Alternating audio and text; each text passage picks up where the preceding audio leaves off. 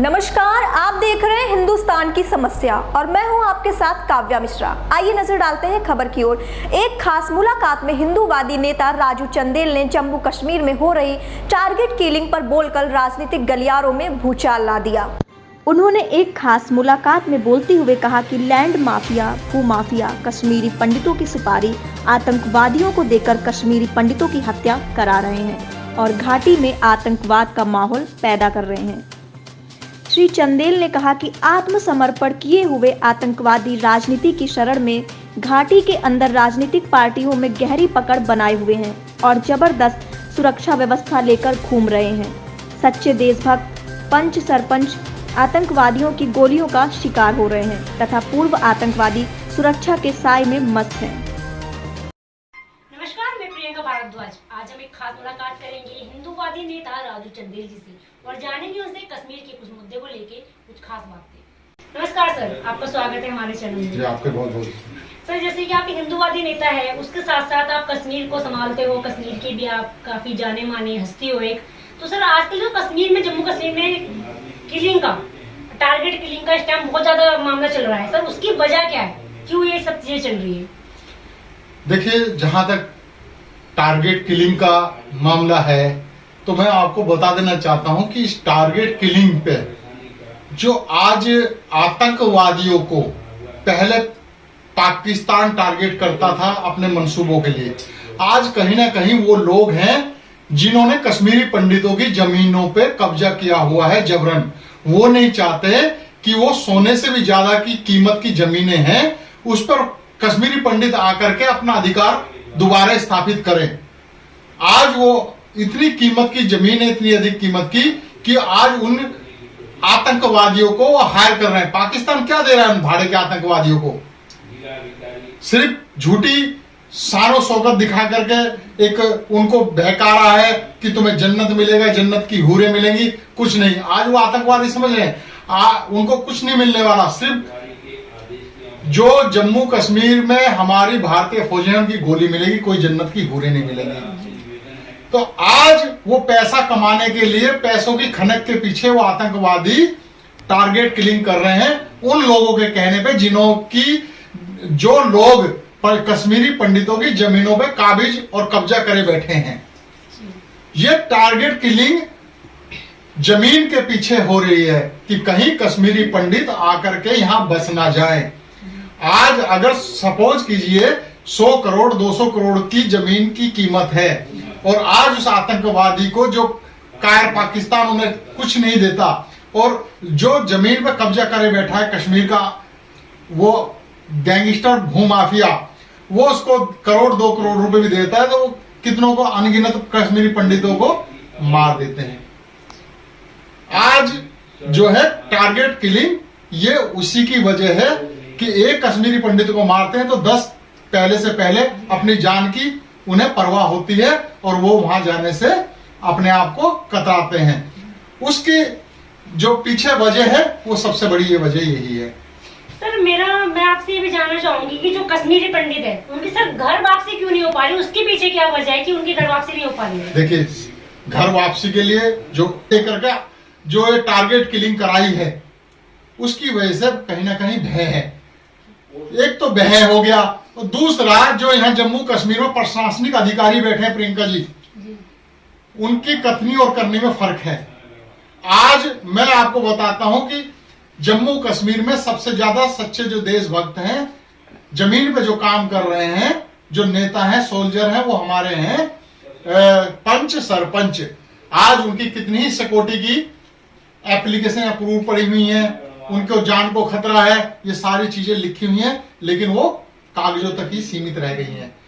जो हमारे प्रशासनिक अधिकारी पुलिस में बैठे हैं जम्मू कश्मीर में, उनकी नीयत साफ नहीं है। वो सिर्फ उन लोगों को संरक्षण दे रहे हैं जो लोग आतंकवाद छोड़ के, पूर्व आतंकवादी, पूर्व मिलिटेंट, वहां की भाषा में बता रहा हूं कश्मीर की मैं, उन लोगों को राजनीतिक प्रभाव में आकर पुलिस सुरक्षा दिए हुए हैं, ना कि पंच सरपंचों को।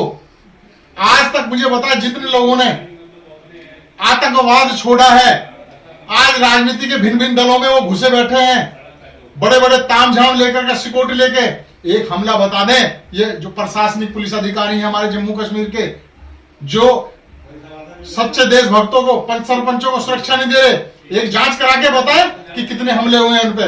वो तो तामझाम लेके घूम रहे हैं और सच्चे देशभक्त, पंच सरपंच, कश्मीरी पंडित हमारे आतंकवाद का शिकार हो रहे हैं।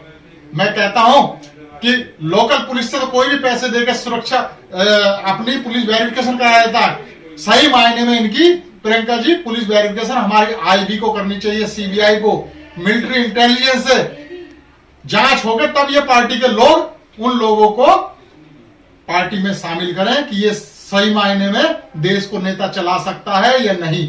आज कहीं ना कहीं इन लोगों के जो सरेंडर मिलिट्रेन है, जो राजनीति में बैठे हुए हैं बड़े बड़े ओहदे पे, कहीं ना कहीं आज भी इनके तार आतंकवादी और पाकिस्तान में इनके अपने आकाओं से हैं। इसी प्रकार इन पे हमले नहीं होते और मासूम आदमी, ईमानदार आदमी, देशभक्त आदमी, जमीन से जुड़ा हुआ, कश्मीर के चप्पे चप्पे से जुड़े हुआ, आवाम से जुड़े हुए आदमियों पे ही क्यों टारगेट किलिंग हो रही है। ये विचारणीय बात है, गंभीर बात है। मैं कहता हूं उनकी सुरक्षा हटाई जाए, जिन पे आतंकवाद का कोई हमला नहीं हुआ, सिर्फ इसलिए उनको हम का काम कर रहे हैं, उन्हें सुरक्षा क्यों नहीं। यह मेरा सबसे बड़ा गंभीर सवाल है। झूठी रिपोर्ट के आधार पर उन्हें कमरे दिए जाते हैं। ऐसे ऐसे लोग हैं, अगर कोई आदमी कुपवाड़ा का है, उसे कुपवाड़ा में भी मकान मिल रहा है, श्रीनगर में भी मकान मिल रहा है सरकारी, जम्मू में मिल रहा है। इतना करोड़ों रुपए का खर्चा सरकार क्यों उठा रही है। सरकार पे सबसे ज्यादा बोझ उन लोगों का है जो लोग कुछ नहीं कर रहे, निकम्मे लोग हैं और अपनी राजनीतिक रोटियां सेक रहे हैं। ईमानदार आदमी को जम्मू कश्मीर में ना सुरक्षा है, ना आवास है। बेईमान आदमी को 3-3, 4-4 जगह सुरक्षा भी मिल रही है, आवास भी मिल रहा है। ये सब बंद होना चाहिए, तभी इस देश का रेवेन्यू बचेगा। आज पूरे भारत के अंदर सबसे ज्यादा रेवेन्यू, सबसे ज्यादा बजट जम्मू कश्मीर को दिया जा रहा है, जो ऐसे निकम्मे लोगों के ऊपर खर्च हो रहा है, जिनको 3-3, 4-4 जगह मकान दिए जा रहे हैं, सिक्योरिटी दी जा रही है। ये खेल बंद होना चाहिए, तभी जम्मू कश्मीर का विकास होगा। सर, तो जो हम उम्मीद कर सकती है, मैं जम्मू जो कश्मीरी पंडित है वो उम्मीद कर सकते हैं सरकार से कि वो घर वापसी बिल्कुल मिलेगी उन्हें। बिल्कुल घर वापसी उन्हें मिलेगी, लेकिन कब मिलेगी? तब इस तरह के निकम्मे लोगों पे पैसा सरकार पानी की तरह बहाना बंद करे, सही मायने में लोगों को सुरक्षा मिले। उसके उपरांत मैं कहता हूं कश्मीरी पंडित आराम से रहेंगे और पता लगाया जाए किन किन लोगों ने कश्मीरी पंडितों की जमीनों पर कब्जा किया है।